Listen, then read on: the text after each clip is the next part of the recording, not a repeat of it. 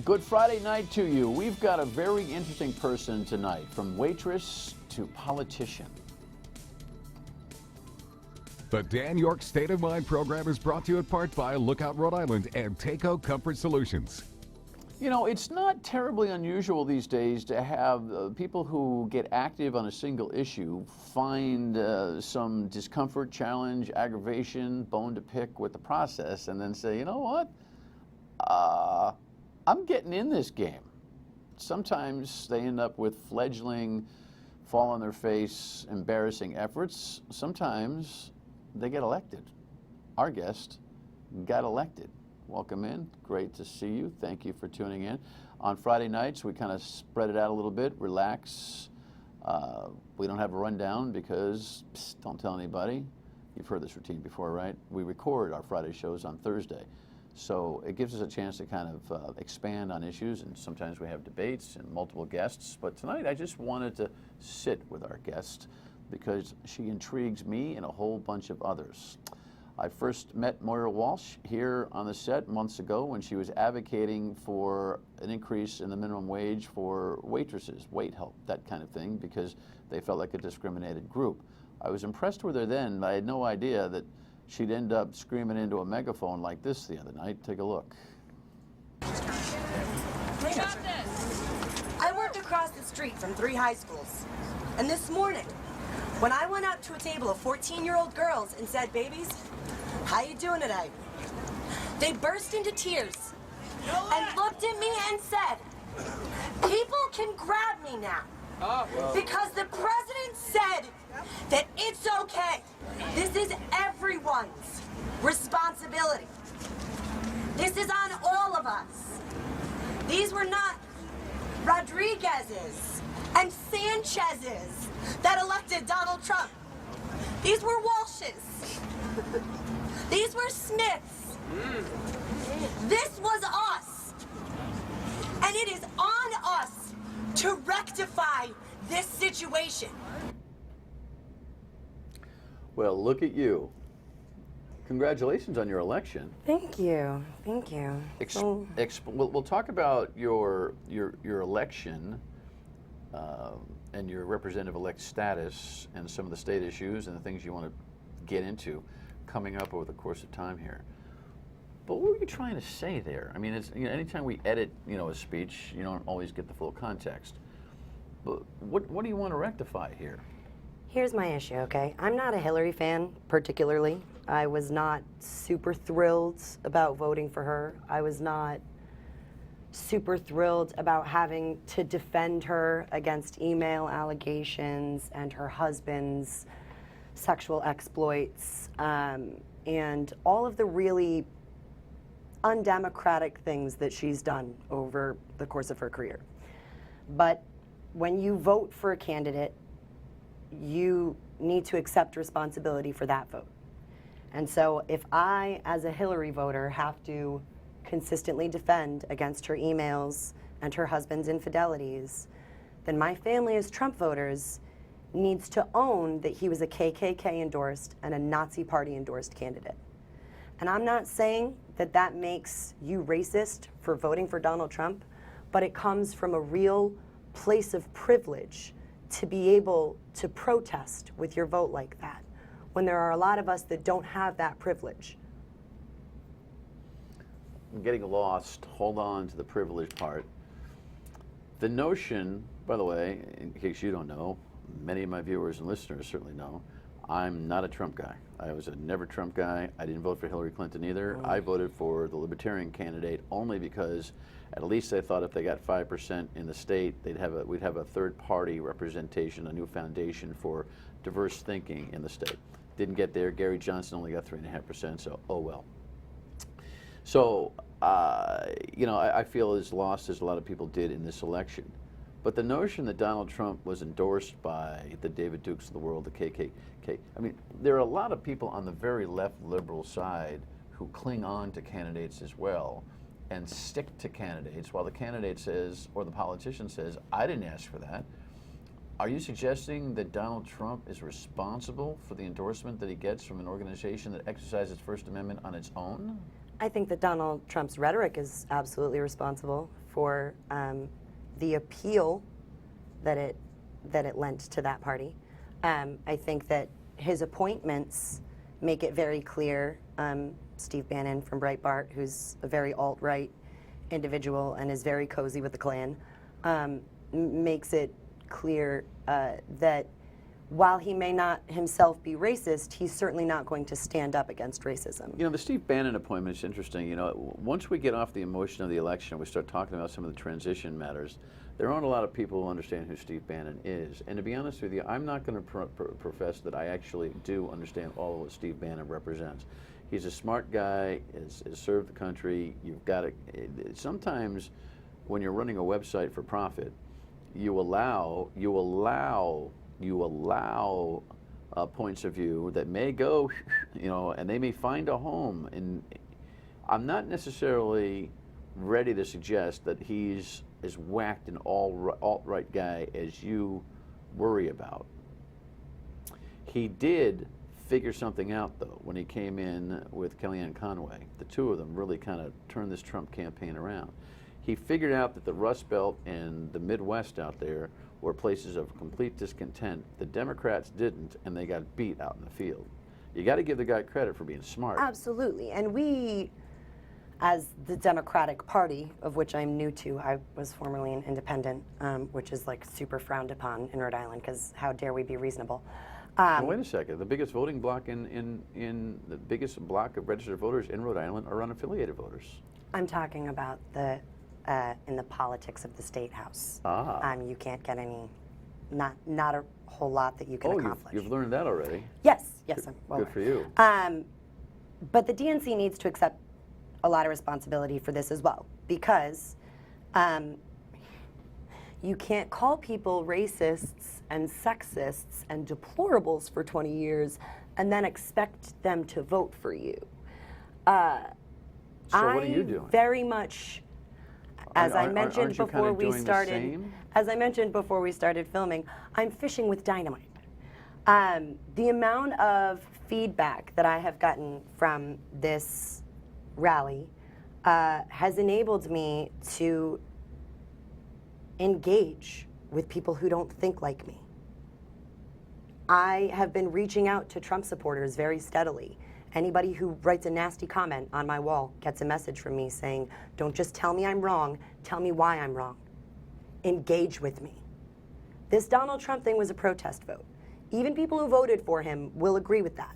They'll say, I was sick and tired of establishment politicians not caring about me. And if this was a protest vote and your job was to get my attention, you got my attention. What is it that you want? Because if Trump ends up being just as establishment as he said he wouldn't be, I'm going to be here fighting for you, regardless of whether you're a Democrat or a Republican. Because being anti-establishment in and of itself is a philosophy? I think we can all agree that the large portion of America has spoken up and said in a very powerful way that the system is not working for them. Do you agree that this election made it pretty clear that we don't like politicians anymore? Yeah, no, I'll work with you on that. My thing is this: I do not want to go up there in January and sit down and watch my colleagues drink mudslides for 6 months and wait for us to vote on all the bills on the last day. There are people who need things, and they need them now, and they're counting on us to get it done. And so the way that I'm reaching out to the opposition is by being loud. And you know what? It's working. Because when I was quiet, nobody on the other side would talk to me. But now, and everybody is angry. Everybody's angry. Well, Donald, when you were quiet, meaning when you were what? And I say this respectfully, just working for a living as a waitress? Yes. I mean, it's... But what were you trying to say back then? I mean, I only met you when you stood up for the minimum wage increase for waitresses. And you got your, what, 50 cents on the hour? Or we got $1. Oh, that's right. Sorry, Excuse you got the dollar. We got a whole $1. Yeah, you got your buck. I'm rich now. I have a bank account in the Cayman Islands. And you were really, I was impressed, but you were disciplined. The last time I met you, you were on the issue. You were articulate about it, but you were on the issue. Um, were you a burgeoning politician to be No. when I spoke to you last and I didn't know it? So, I mean, who are these No. people that weren't listening to you? I mean, what happened to you? Stop. We'll answer that question when we come back. See if you can figure it out in 60 seconds. What happened to me? Protest at the State House, not an unusual thing. Let's get right back to it. State Representative-elect Moira Walsh is here, and I just asked the question, what happened to you? So let me, what happened to you? You were this really articulate, concerned waitress fighting for professional wage increase, wanting to be treated like others. And now you're sitting here as the representative-elect, having beaten the incumbent Thomas Pelangio by a mere 21 votes, walking the streets, knocking on doors, doing what you have to do. What happened to you? I got angry. I got really angry when I About was what? lobbying. It was really hard to go up to all these legislators on both sides of the aisle and say, hi, we're really poor and this is really hard, and to hear a resounding, we know, but we don't really care. And that's not a Democrat or a Republican thing, because as you know, Rhode Island is a very Democratic state, and I was getting pushed back from very Democratic people. And once we succeeded on the waitress wage, I started working with a coalition of labor unions to get back stolen wages from disenfranchised workers, particularly undocumented workers who were working in restaurants downtown who were being really exploited by their employers. In the course of 6 months, we ended up winning $60,000 for 13 workers at Teriyaki House in downtown Providence. And it was kind of at that point that I realized that I couldn't just jump from nonprofit to nonprofit every time my district needed something. And that they were making it abundantly clear at the General Assembly that my district was back burner and that we weren't important because we have 600 voters. We're not loud. You're going to represent District 3, which is primarily the Chad Brown neighborhood. It's not one of the... We're a very low-income district. Yeah, it's a tough neighborhood, so to speak. And we've been ignored for a really long time. And that's why I have a big issue with the legislature itself. But what do you want? I Damn want it. votes. What do you want? I want votes. Votes for what? I want votes for meaningful bills. I want votes for bills that are not Chacon bills, like, oh, my neighbor's tree is in my yard and it really makes me upset and I think he should have to pay to cut it down. No, we need anti-conversion therapy bills, okay? We need... Anti-conversion therapy bills to protect gay people? Gay minors, homosexual minors. Mike Pence being a very staunch champion of conversion therapy bills. We also just need to work in the middle ground. I've had a lot of conversations with my pro-life constituents in the last week or so where we agreed that we need to focus on sexual education before we can be angry that kids don't know where babies come from. We need to put more focus on setting these kids up for success with the building blocks of healthy relationships and healthy sexual activity before we say, how dare you have an abortion? You can't have it both ways. So like what we need to do is find a middle ground and find what we're willing to compromise on and work towards that instead of fighting each other. I haven't asked you about classic and current legislative issues because I wanted to hear where you were coming from. But you're setting an agenda here, it seems to me, of social activism. Very much. Primarily. Very much so. Okay, let's do the litmus test on some key issues. Roadworks. Support it? Support. Why? Because we pay taxes and we need to have our roads reflect that. Because there are plenty of people in my district who walk to work every day and unsafe sidewalks and streets affect... Roadworks has nothing to do with that. It has only to do with Are you talking bridges. about tolls or bridges? Roadworks, bridges, Well, tolls. have a very serious infrastructure problem in our state that we've not been acknowledging for a lot of years. And granted, it's going to be expensive, but you need to invest if you expect returns. So here's what I'm going to do. I can't wait to see you grow as a state representative. And I am not being patronizing here. I've seen new elected officials come and go. Some grow and blossom into leaders. Some fall off the wagon as has-been and bought-off politicians. My guess is that you won't be the latter. But my challenge to you is going to be, in the same way that you say that you've reached out, that your loud voice has allowed you to actually have dialogue with a lot of different people, I expect as a representative that you're going to do the same kind of diligence that you've done on things that you know about. The stuff, when you start to talk about some of these, social issues where it's your life, man, you've known it, you get it, and you want to advocate for it, I'm not going to question your veracity or your intel and your acumen. But I need you as a citizen of the state to do the same kind of work on things like roadworks, because if you bring the same contemplative approach, you'll find perhaps that we all agree that we need an infrastructure increase. It's how we spend it and how we get it, and what tolls will do to the economy, and what tolls will do to the small businesses that affect the people that Chad Brown people who have jobs work for. This stuff is all interconnected, and I hope that you will take a look at some of those key, for lack of a better term, mainstream boilerplate issues right now with the same kind of open mind that you're saying you're bringing to the table altogether. Sorry for the speech, but does that make sense? No, fully, and I understand that we can't just chase our passions, right? We have to go with what matters. That being said, I work at the will of my district. I make my priorities what my district tells me to, and pro-marijuana legislation is one of the big things. Legalization, full legalization in Rhode Island is one of the big things. After the Massachusetts vote, I think this is going to be somewhat of a fait accompli.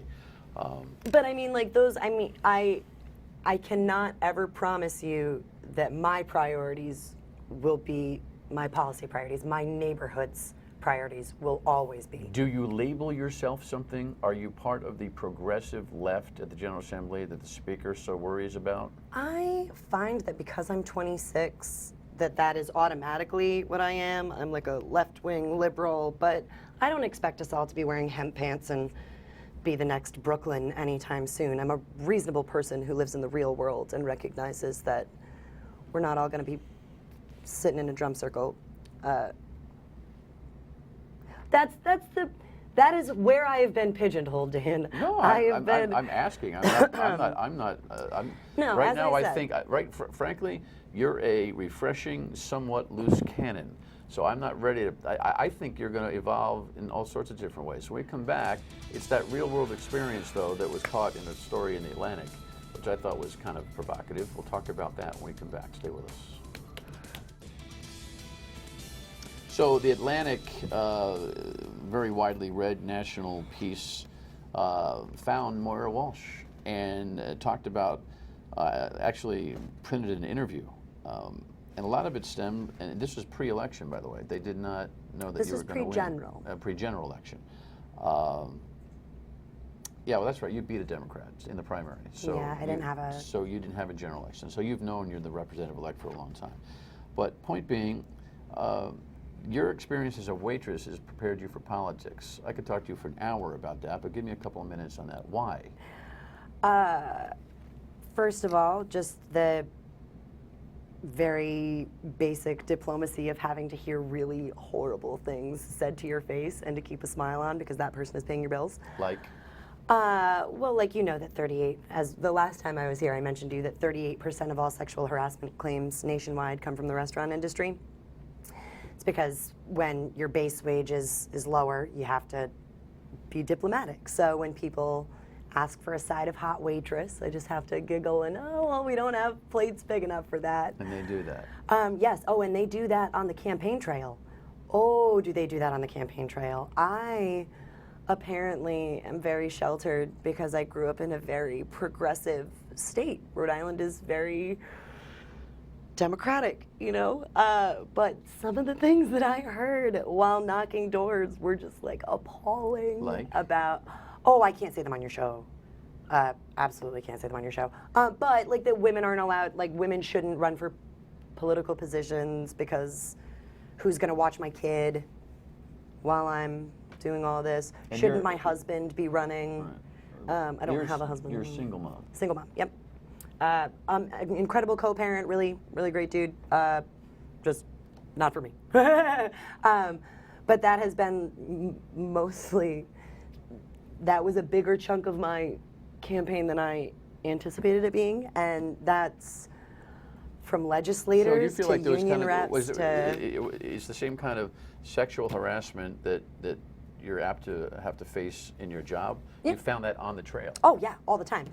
Difference, was it just chauvinistic, stereotypical stuff, or the personal type of stuff that you would find in the restaurant? Oh, definitely the personal type of stuff. I had a man offer me his vote in exchange for something else. Really? Mm-hmm. And I was like, just looking for the vote. Really, really just the vote. You didn't joke with him and say, well, if you give me 10 votes. No, although the New England Irish All right, woman flag in me 15 yards for that. But the point is that, I mean, you got to respond with humor, right? Oh, yeah. It's just, Oh, yeah. it's just, Or else it'll make you crazy, you Yeah. know? that's and disgusting. yeah, but that's the real world. That's out the there. real world, right? And Yeah. that was what I found a lot of the time on the campaign trail. Like a lot of the reason that representatives struggle to defend their turf is because you have to knock doors every single day. What do I do for a living? I walk and walk and walk. Sometimes I'll walk 10 miles in a 4-hour shift. You know what I mean? So like that was no problem to me to go knock doors for 3 hours, whatever. That's half a work shift. That's not a big deal. Look, I have long lamented the idea that we have too many public employees and lawyers in the legislature. You are a working stiff of the ultimate. You are a waitress. You're not going to change your profession. You got to put food on the table. You'll make another 15 G's part-time. You know what's hilarious is that people in the State House call that chump change, but that's literally twice my income. So like that's what my neighborhood looks like. But As long as you don't legislate with the objective of earning a living, because that's the first thing that'll get you off the track. no, I think that when your hierarchy of needs is not being met, it's a lot easier to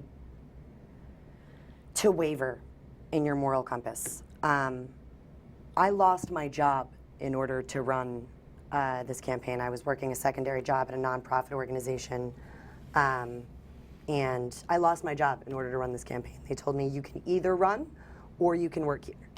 And Which, by the way, is not necessarily a bad thing. or legal, depending on how that went. You know what? I knew we'd run out of time. You'll come back. You'll come on the radio soon next week, for and we'll sure. continue the conversation. For sure. I wish you the best of luck. Thank you, Dan. I appreciate you having me. You're going to be a story, one way or the other. Be right back. Hey, I'm losing my favorite director. She's counting me down. Everyone say good luck to Jessica. Karma. She's leaving me. She started this thing with me, sort of. Good night.